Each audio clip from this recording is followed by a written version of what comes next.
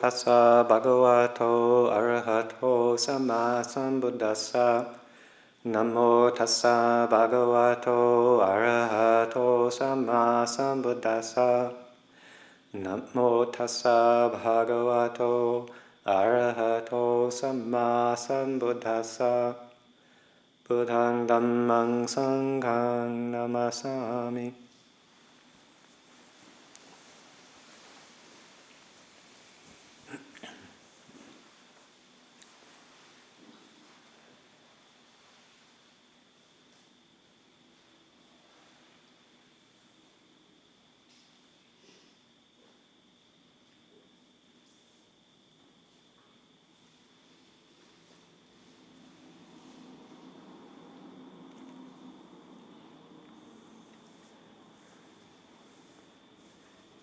So this is the first reflection I've given for quite some time.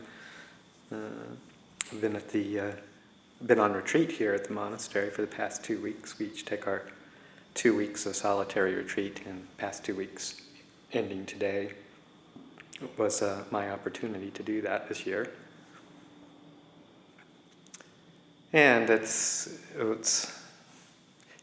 always the ups and downs that go in a period like this, the mind rearing up with old habits and having moments to see it more clearly and settle down again, learning to take it all not quite so seriously. And just find myself coming away with a tremendous amount of gratitude for not only that opportunity, but for the opportunity of being here at Abhayagiri. This is sometimes it's so easy to get lost in the daily momentum of activities, the administrative things, the trying to be available to help with the community in the ways that we all do in different ways. And it's easy to get lost in that doing activity of daily life, even here. And the opportunity to step back and just watch it all a bit from a distance, and then to be able to concentrate a bit more on the formal practice and delving into some of the teachings quietly up in the forest. It gives that perspective and that sense of great appreciation for the opportunity that we have here and for the incredible community that we are so lucky to be all part of. It's just reflecting on, the ways that we all can be in the world, that this is pretty high up on the list of good things happening. So lots of gratitude for what we've got going here.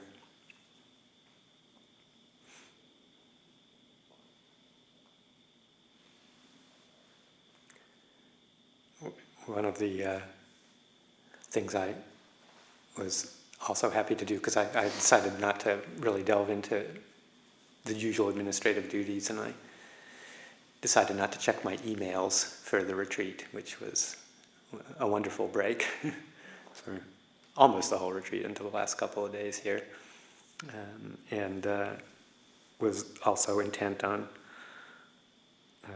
giving my kuti a good head-to-toe clean, and also it's the time of the year when we're doing one of our clean-offs of the gutters in all of the kutis, all the cabins, and the roofs, because of all the leaves that have collected there, and they're a fire hazard, so we want to get them off the roofs and away from the buildings. And so I decided, rather than having the crew that was going around on a daily basis doing that to all the kutis, I decided I'd enjoy doing that myself, and had the folks leave some ladders at the end of the work period one day, so that I could do it myself that afternoon, and be ready, have the ladders ready for pickup the next morning, and got that all arranged. And of course, it was one of those 95-degree days And I thought, well, it's going to be hot up there, but I'm just going to do it anyway. And it's been a while since I've been up on a roof, and I always enjoy scrambling around and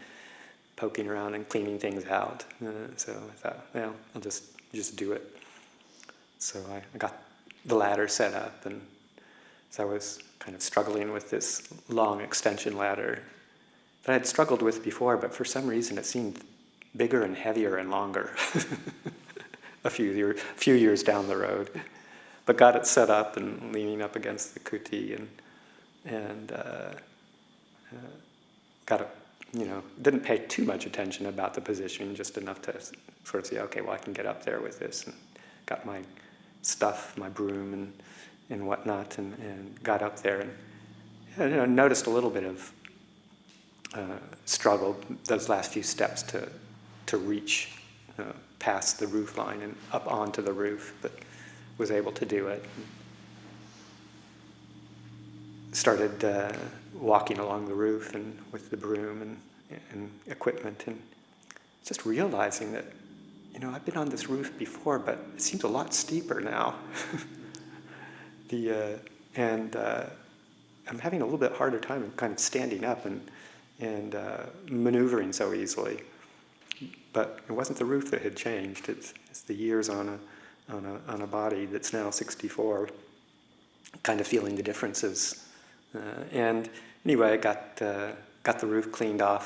It took longer, and it was quite hot. I was feeling quite weary and tired, and went to get back down, and realized that the ladder was positioned in such a way that it made it really quite difficult to reach that first rung. The top rung had disappeared somehow under the edge of the roof line, and the next rung down was just a bit too far out of reach for my foot. And I realized, this is not going to be so easy. And kind of sat there for a little while trying to figure out, wonder if the Anagarkas who live close to me are going to be coming up anytime soon. Could hear me if I needed to get some help. Am I going to be able to get off? Would Ajahn Sek be able to hear me in the kuti next to me? It wasn't like, I was just curious. It hadn't reached anxiety or panic or anything, but it was like, how long am I going to be up here?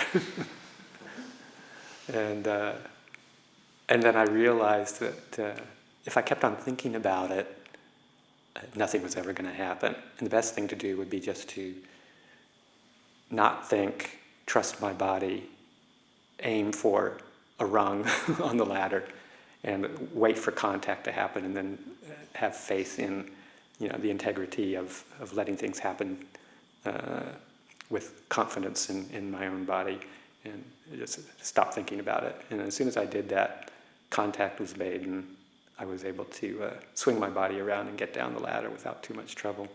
But it was just a good lesson in how things change. 64 isn't the same as 50.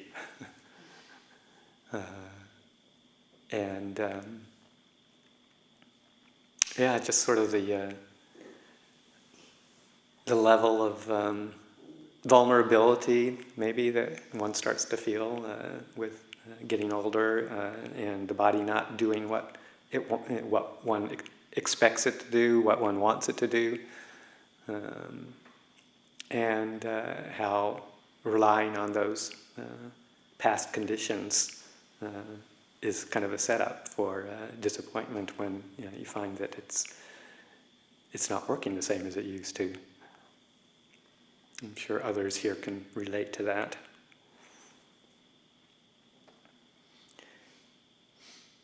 So it just brought up a sense of, boy, okay, where is the time going? The aging process, things are moving on. These are things to actually use for reflection. It's happening to all of us at different rate, or at the same rate actually, but we're at different places along the continuum. But this is what the Buddha is really encouraging us to investigate, is the changing nature of our conditions and how much reliability we can actually assume onto them. And when one, takes a look at this carefully, and one can start to develop this sense of, moving towards this kind of questioning, of assumptions, of where we're assuming our lives will go and how our lives will take place, and what it is that we can actually take refuge in. You start to, all of us, I think, are here because we've realized that we often fall under this this aura of confusion, delusion about where it is that we're going to find our contentment and happiness over the long term. Probably many of us have been through experiences in our lives that have caused us difficulty, suffering, disappointment, relationships that have gone sour, expectations of what life will be that haven't lived up to their expectations. Our bodies changing, maybe having chronic illness and realizing that, we're not going to ever have that sense of health and ease and vigor again, or the gradual loss of aging. Business opportunities going up, going down, the cycle of that, and starting to really have a sense of, okay, what is this all about? What is this all about? There's this, even if things are going quite well, and we have a lot of stability in our personal relations and our livelihood, in the material gifts that we have been given in our lives, even if there's a relative amount of comfort and stability there, we look at our own minds and we see past habits and past conditions, past impressions that we keep on stumbling over, that certain mental attitudes or opinions or views that cause us difficulty, we keep falling for. Certain mental habits,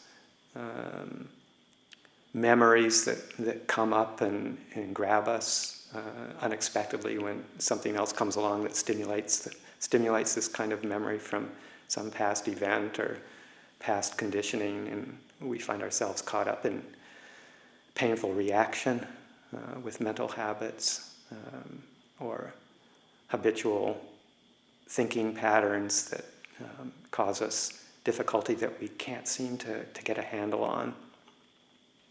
All of these things that all of us experience in different ways, at different levels, that come back to vex us. And so even in the best of circumstances, we've got all of these habits and conditions that keep fooling us, that we keep falling for, that we long for freedom from.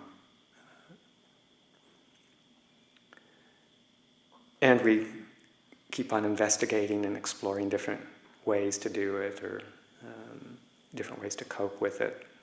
The usual reactions of diversion, trying to find something pleasant to occupy the senses as a way of not having to deal with the painful internal activities.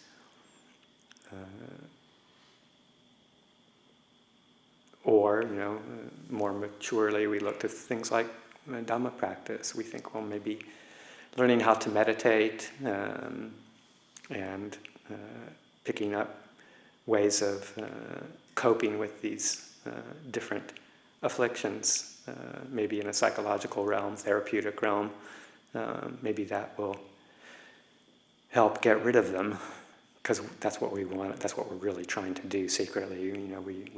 We dwell in this resistance and wish to not experience these painful conditions that we get so trapped in.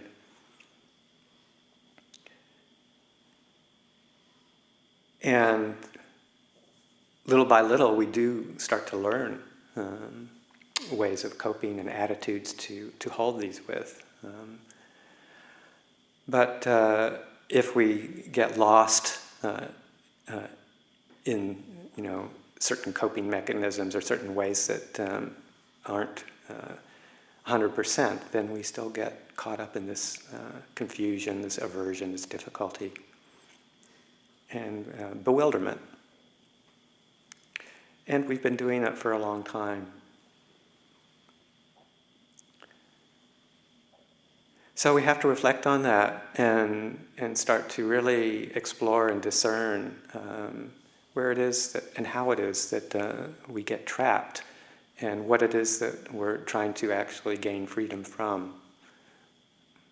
And this develops a sense of urgency and also disenchantment with the old ways, and this kind of truthful acknowledgement of the truth of dukkha, the truth of suffering. That's what the Buddha said. You have to really first look at that and experience that to develop that sense of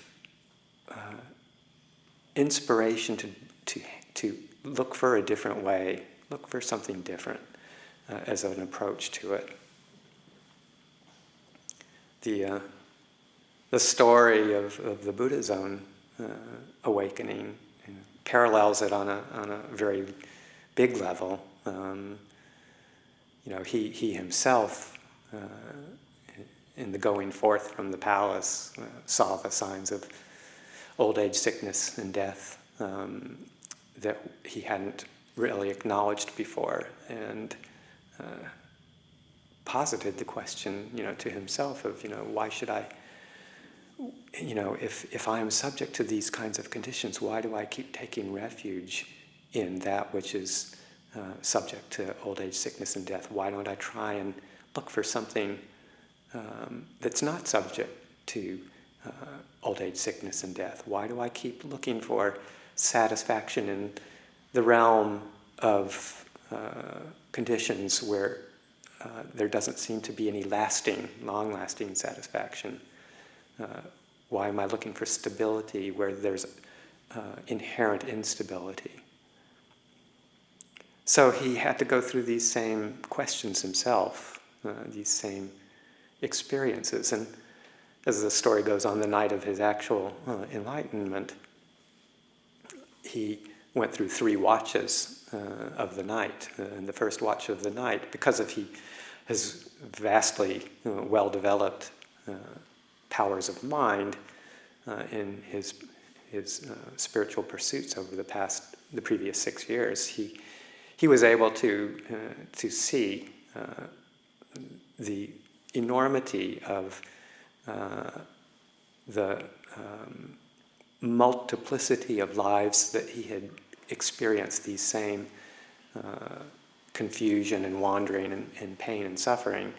He was able to see back through many, many past lives, eons of world expansion and contraction, and having been born in certain situations and died and being reborn again, the multiple births throughout conditioned existence, and the relentlessness that since an inconceivable amount of time, without a discernible beginning, he was able to go back and see how he had just been lost in this wandering through samsara.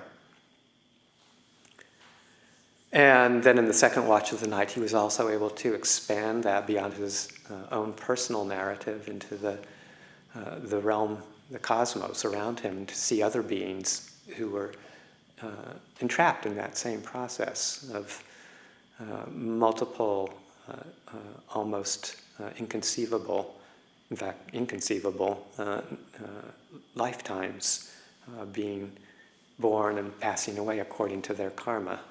This is where he started to really experience and see clearly for himself the law of karma and rebirth. And it's not so well expressed in the stories from the suttas, but I can only conjecture that level of experience and that direct seeing of the vastness of samsara and the relentlessness of how our confusion and habitual tendencies just keep us getting reborn into this experience of dukkha, whether or not you hold to the notion of multiple lives and rebirth or not. It was, anyway, that sense of vast emotional, I can only imagine the level of emotion that he must have experienced that was so strong that it served as the basis for his awakening, which occurred in the third watch of the night, where he was able to deeply, deeply, deeply penetrate, understand, and rediscover the Four Noble Truths. The deep understanding of the truth of the unsatisfactoriness, no matter how good the conditions can be for a period of time, the inevitable change that will occur through the cycles of our existence, and the realization of the first noble truth of dukkha. This is not ever going to be ultimately satisfying, ultimately satisfactory. I will never find permanent peace in this realm. And discovering, of course, then the second and third and fourth noble truths, that the cause, the path, and the fact that there is the potential for release from the relentlessness of this habitual way of being. And then he was able to see the flows of the mind that were the causal conditions for this confusion, delusion that was keeping him trapped in these cycles, and was able to relinquish, let go, through this understanding, this clear seeing, this deep penetration that led to this, what must have been just an enormous experience of disenchantment and dispassion, to the point of realizing that his only option was to completely let go of this whole realm of samsara, and to transcend it and move beyond it. And that was when, for him, the doors of the deathless opened up, and he penetrated and experienced the third noble truth, the end of suffering, and saw through to cooling and relinquishment, the experience of unbinding, nibbana. But it was through that direct experience and seeing deeply at a very, very deep heart level that first noble truth.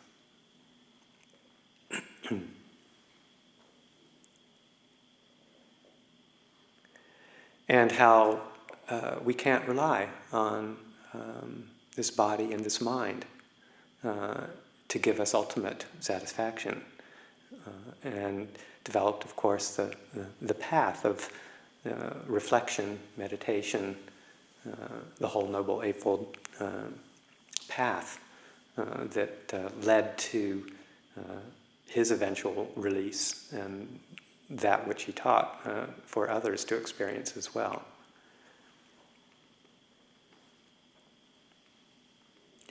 So some of this kind of sounds like, yeah, it's kind of a bit. This isn't the happy, positive side of of the teachings.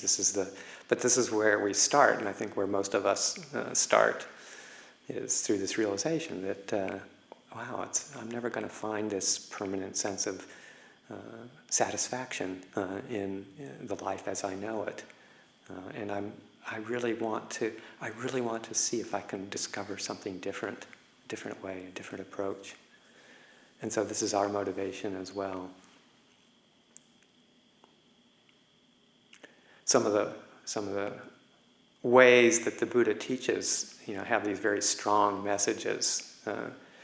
He has very compassionate messages as well, very, pointing towards many beautiful states of mind that we can and should develop as part of our practice. And those we use as supports along the path. And he can be very direct and very blunt and want us to wake up too. And some of these stories that he and the noble disciples of his relate are meant to help wake us up, because it's easy to get lost in complacency.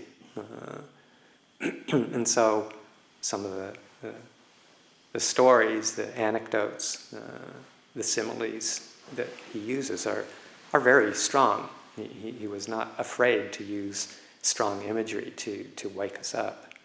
And one of my favorite ones that helps wake us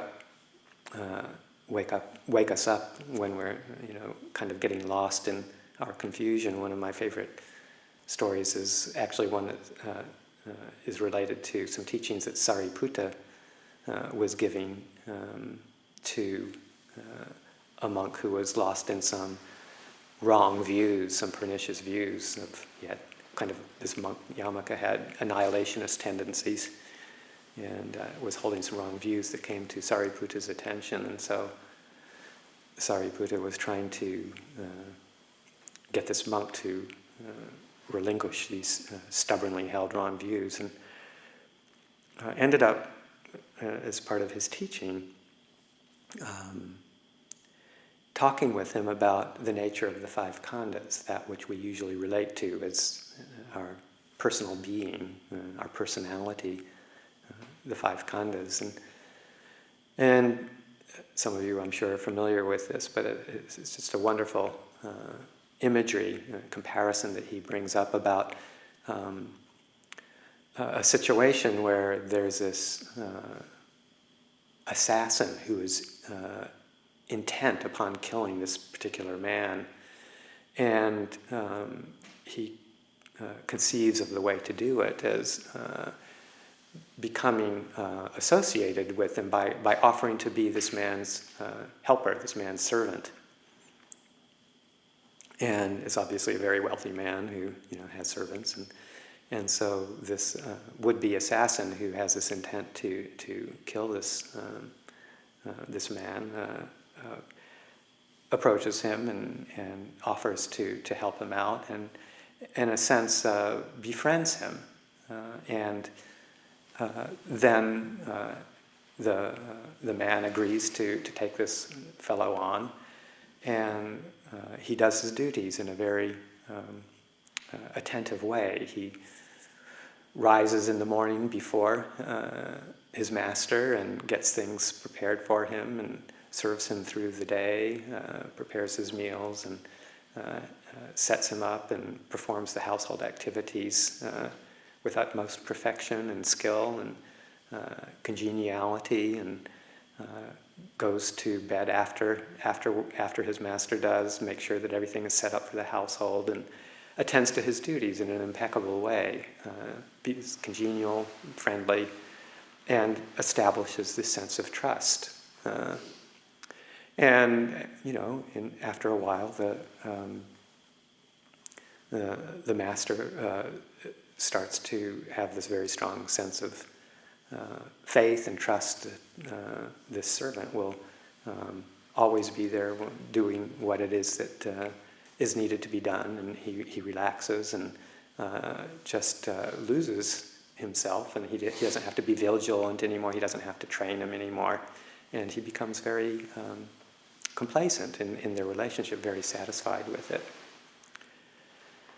And this is when the assassin realizes that he has the opportunity, now that he has the trust of the master, and he waits until the master has kind of, in a moment of letting down his guard, and is not paying attention. This is when the assassin takes his opportunity and goes to the master with the knife and kills him. And this is a very stark image, of course, but the story or the message behind it is, as Sariputta points out, is this is what it is. This is the faith that we put in our 5 khandhas for our body to be there. We get lost in it. We feel that it's always going to be healthy. It's going to be there for us. We trust it, and we think that it will be there for us. The same with the other khandhas, the feelings and the perceptions and mental formations, consciousness, all that we assume to be constant, to be taken refuge in. This is who we are, this is stable, this is our point of reference, and we can, and we act as if we act as if we take faith in that, believe in it, and rely on it. And sooner or later, these 5 khandhas turn around on us. They betray us. The body gets old. The pleasant feelings become unpleasant. The ones that we want to hold on to. The perceptions and mental habits come to haunt us when they obtain a level of unskillfulness or unsatisfactoriness. Even consciousness continues to weave its illusion in different ways, and we're fooled by it.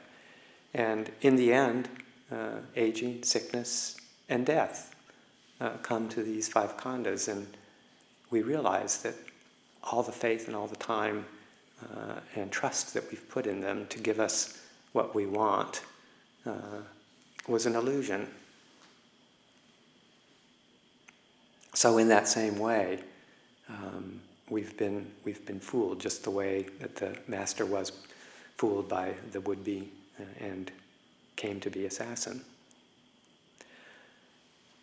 So this imagery is very, very strong, and it actually, through a series of other reflections that Sariputta went through, it helped break this monk from his wrong views.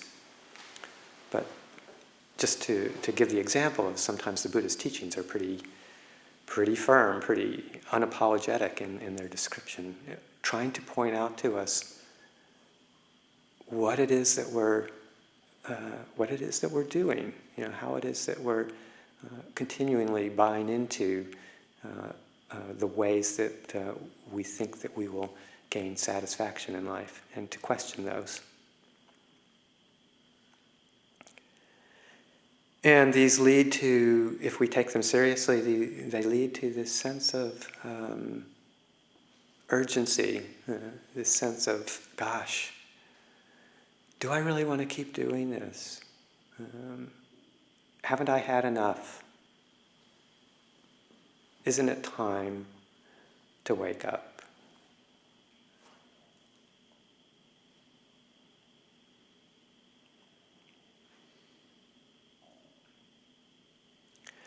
And when we take that in deeply, then we start to explore. And we come across, of course, the teachings. And we realize that, we can still be involved in the world. We can still do things and have the relationships with people that we have. But we enter into them and into the explorations, our livelihood, the way we are in the world. We enter into it with more clarity and with a sense of wisdom, discernment about how we pick it up and what we expect from it, and how we can ultimately use it to turn it around for our investigation and development of the path, using them as tools for the path rather than being fooled by them.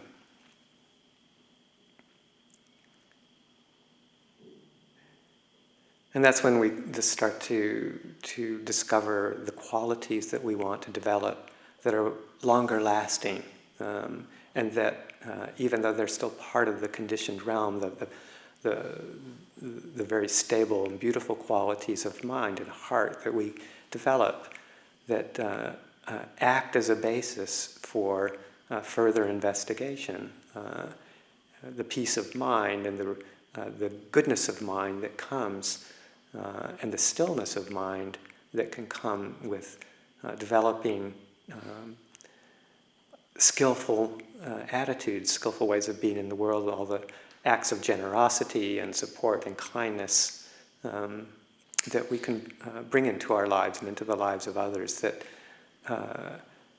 still we can, get fooled by them and sometimes get complacent even in goodness, but we have the opportunity to use them to actually start to see more clearly,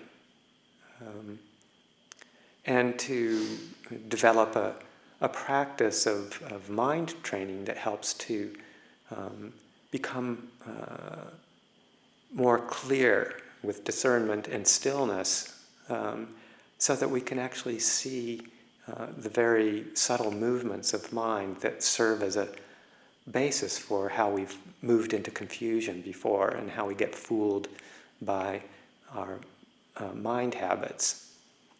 We see those more clearly, and it's painful sometimes the more clearly we see things, because we realize how we've been duped, in a sense, by all the past habits that we've relied on.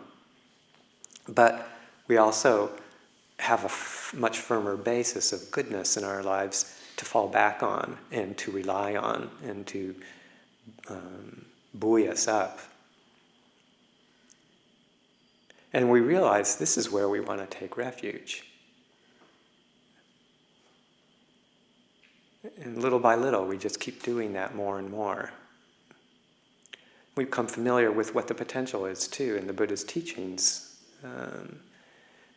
He also spends quite a bit of time talking about, what the potential is, what the results could be if we develop not only these good qualities, but also the qualities of discernment and wisdom. And what the ultimate goal, what the Third Noble Truth points to. What is this freedom? What is it that we can expect to be the end result if we continue to develop the path?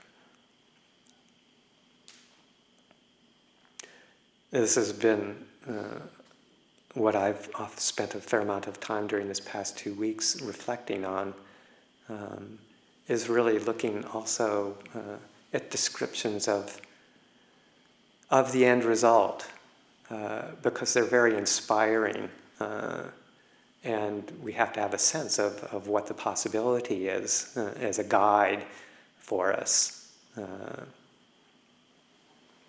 as a Lumpur is often delighting in quoting a phrase from Yogi Berra. It's like if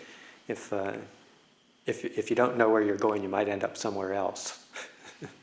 So a vision of the goal it can be very inspiring in drawing us into a sense of uplift.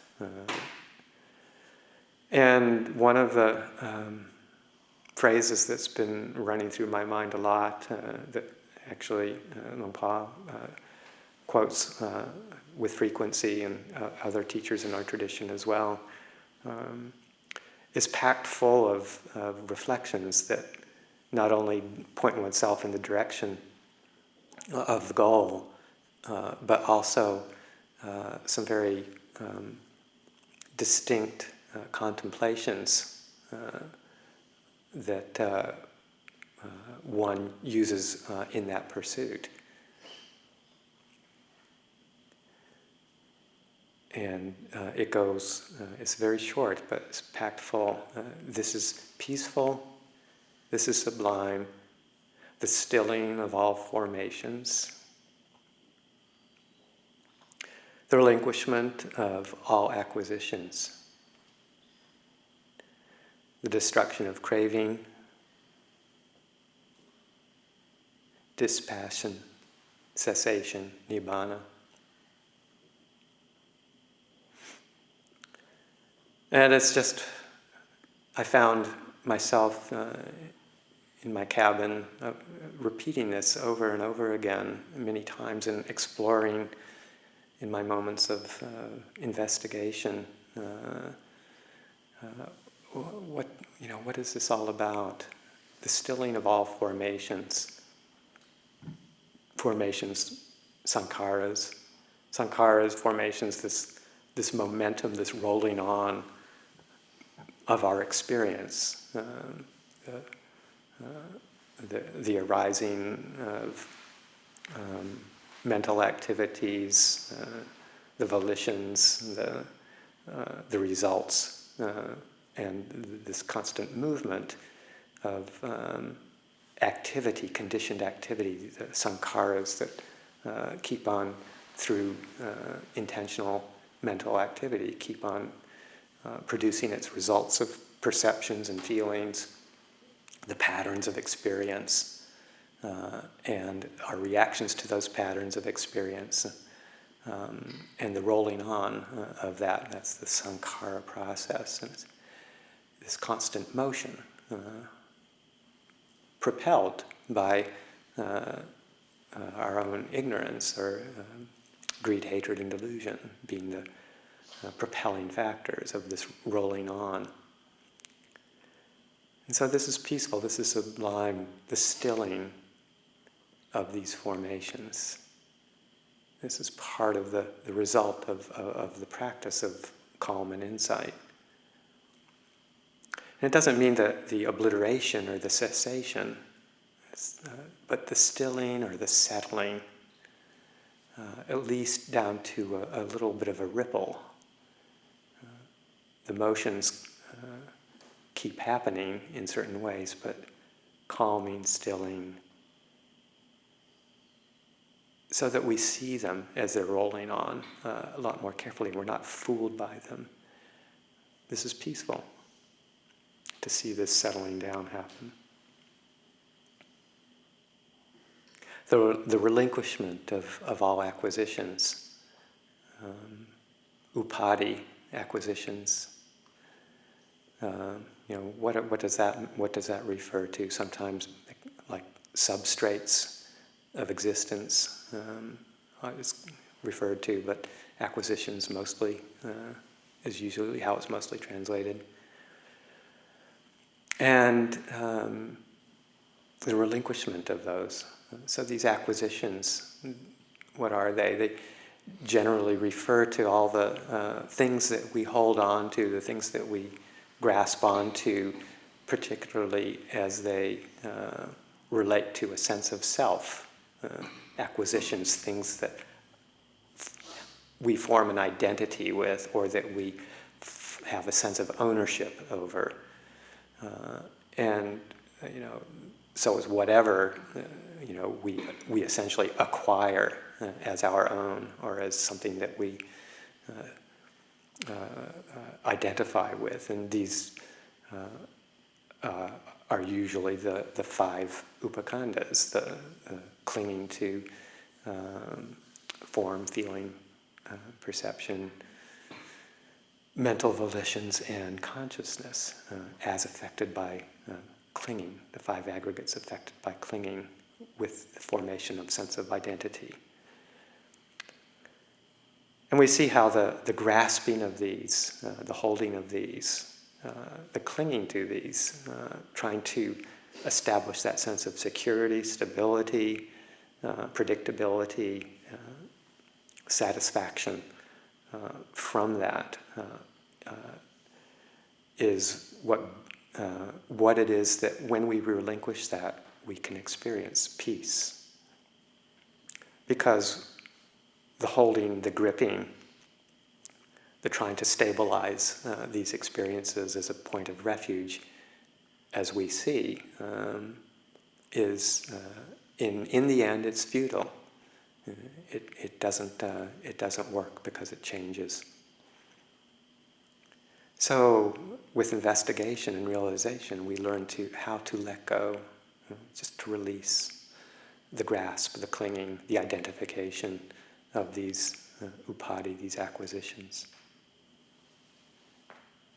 You can really explore that. What does it feel like to actually be holding the grip, and what does it feel like to be releasing that and letting go of that sense of trying to control? Because we really don't have that. We really don't have the control over these mind and bodies, these minds and bodies that we have. And it's scary to let go, because sometimes it feels like you're letting go into unknown territory. But there is this freedom that when we finally let go of that sense of having to control, that wondering if our foot is going to find a place on the ladder as it climbs off the roof. But it's that conceiving, that thinking, that worrying, that anxiety of looking for something that's predictable and secure and stable, that as we relinquish that and step into space, that we realize there is a whole other level of security and freedom that we were just ignorant of.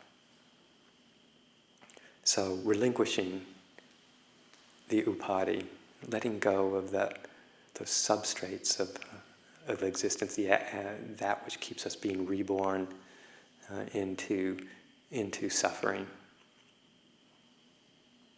This is peaceful, this is sublime. The destruction of craving, that's the precursor to clinging, is craving, the momentum that propels us towards, the thirst that propels us towards the sense realm, satisfaction, trying to find satisfaction in the senses, kama tanha, thirst for the sensual realm, thirst for being, thirst for having identity, that sense of stability, that craving, and the craving for annihilation, the craving just not to have to deal with it. So that's the momentum, the force of mind that just keeps moving, that thirst for stability that keeps us moving into clinging to the 5 khandhas. So we start to see that in the realization of the ending of that, the stilling of that, the ending of craving is the ending of suffering. That's still, this is peaceful, that's sublime. Destruction of craving. In the Dhammacakka Sutta, the sequence of relinquishment is described as chago, patinisago, muti, analayo, that giving over, that relinquishment, that freedom from, and the non-clinging, the non-attachment to that very craving is the realization leads to the realization of the end of suffering. But through dispassion, we just don't want to do it anymore. Viraga, fading away of having to do that anymore. Nirodha, cessation, ceasing. And even more importantly, non-arising. We see the experiences, the habitual tendencies, stop for a moment. We attend to that stopping, that cessation of birth and becoming, And notice the pause before the next thing arises. So this is the non-arising aspect of Nirodha. We see this, the complete stilling in the moment of before something comes to arise in our experience. Experience that cessation, non-arising. And when that is completely our experience, we can experience unbinding, nibbana. So, dispassion, cessation, nibbana. This is peaceful, this is sublime. The stilling of formations, slowing down, settling, relinquishment of clinging, and the sense of self. The ending of craving, that relentless momentum, thirst. It stops.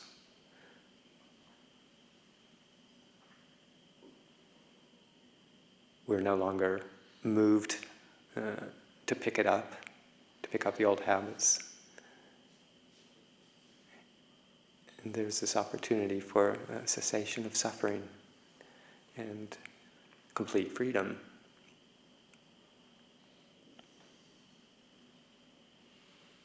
So to just picking those up one by one, little by little, and contemplating them and using the stillness of mind that we get through meditation, which we have the opportunity when we're on retreat to really delve into that and try and see them deeply, moving beyond the level of concept, down a level or maybe up a level to true knowing, moving out of conceiving and into direct understanding. We use the words to direct the mind towards the experience.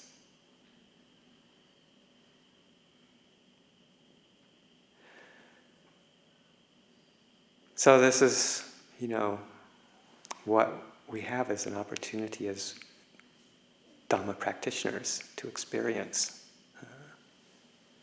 And we have the opportunity here at this monastery to do that at a deeper level as we're going on to retreat. So there's a few of us coming off of retreat, several people moving into it, their 2 weeks of solitude, and my just sense of mudita for those who are about to enter that period, and a sense of well-wishing to allow yourselves to just relax, enjoy, be good to the body, use the body and the mind as a basis for reflection, basis for developing the path, developing the stillness, to help see some of these things more clearly, to pick up the contemplations, roll them around, have some fun with them, experience them at maybe a bit of a deeper level, and to delight in the opportunity of what we've been given here at Abhayagiri, and the fact that we're all motivated by the same wish for freedom. So I'll leave it there for tonight's reflection. Om Namah Dhammakataya Sadhu Karan Dharamase